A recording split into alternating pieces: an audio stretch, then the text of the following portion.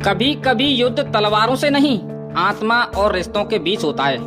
महाभारत का सबसे बड़ा रहस्य यही था कि एक मामा और एक भाई धर्म के विरुद्ध अपने ही परिजनों से भिड़ गए। यह कथा है शल्य और कर्ण की, जिनके भीतर धर्म और वचन, रक्त की प्रतिशोध की लड़ाई छिपी थी। शल्य मद्र देश का राजा, पांडवों की सौतेली माँ माद्री का सगा भाई अर्थात नकुल और सहदेव का मामा था। कर्ण कुंती का ज्येष्ठ पुत्र, जन्म से पांडवों का सगा भाई था, लेकिन वह इस सच को तब तक नहीं जान पाया जब तक युद्ध की भूमिका बन चुकी थी।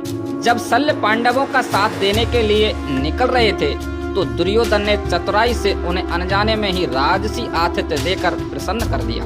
राजसी सत्कार से शल्य प्रसन्न हो जाते हैं और कहते हैं कि जिसने यह अतिथि सत्कार किया है, मांगो कोई वरदान वचन देता हूँ। तभी दुर्योधन मुस्कुराते हुए अचानक प्रकट होकर बोले, हे राजन, बस इतना ही चाहूंगा कि आप मेरी ओर से युद्ध में भाग लें और कर्ण के सारथी बने। शल्य स्तब्ध थे, क्षत्रिय थे और वचन से बंध गए। उन्होंने युद्ध स्वीकार तो किया, पर हृदय से नहीं, केवल धर्म के नाम पर। उधर कर्ण, जिसे समाज ने सूत पुत्र कहकर ठुकरा दिया, गुरु परशुराम ने उसे शाप दिया और फिर द्रौपदी ने भी उसे अपमानित किया।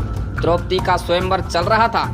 भरे दरबार में कर्ण ने धनुष उठाने की इच्छा प्रकट की, लेकिन तभी द्रौपदी शांत लेकिन कटाक्ष स्वर में बोली, मैं किसी सूत पुत्र से विवाह नहीं कर सकती। द्रौपदी के ये शब्द सुनते ही सभा में सन्नाटा छा गया। एक योद्धा अपमानित हो गया केवल उसके जन्म के कारण। कर्ण पीड़ा भरे शब्दों से कहते हैं कि बल और साहस जन्म से नहीं, कर्म से आता है, पर आज इस सभा ने मेरे अस्तित्व को ही ठुकरा दिया।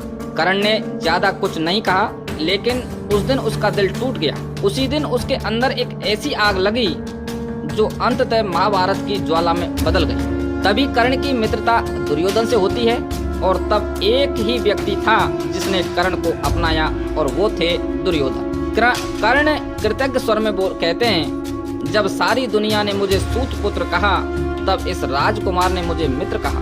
मैं उसके लिए प्राण भी दे सकता हूँ।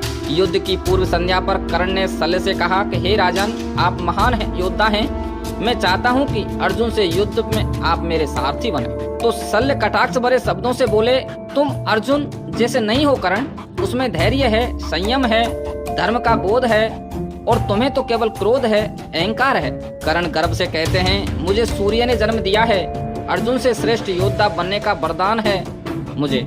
शल्य ठंडी हंसी के साथ बोले, ठीक है, मैं तुम्हारा सारथी बनूंगा, पर रथ खींचूंगा, मन नहीं। शल्य रथ पर तो थे, पर उनकी आत्मा धर्म की दिशा में देख रही थी। युद्ध भूमि में अर्जुन और कर्ण आमने सामने थे। कर्ण का रथ जमीन में धंस गया, वह नीचे उतरा, शस्त्र विहीन हो गया और हाहाकार मचाते हुए कहता है, हे अर्जुन, युद्ध धर्म कहता है कि शस्त्र उठाए बिना वार नहीं किया जाता। तो श्री कृष्ण गंभीर और शांत स्वर में बोलते हैं कि जब धर्म टूटता है तब नियमों का पालन करने का अधिकार भी नहीं रहता। यह युद्ध न्याय के लिए है कर्ण।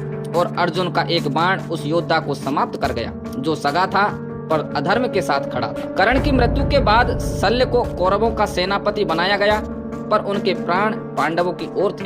युधिष्ठिर ने युद्ध में अपने ही मामा शल्य का वध किया और अंत हुआ उस द्वंद्व का जो रिश्तों और धर्म के बीच चल रहा था।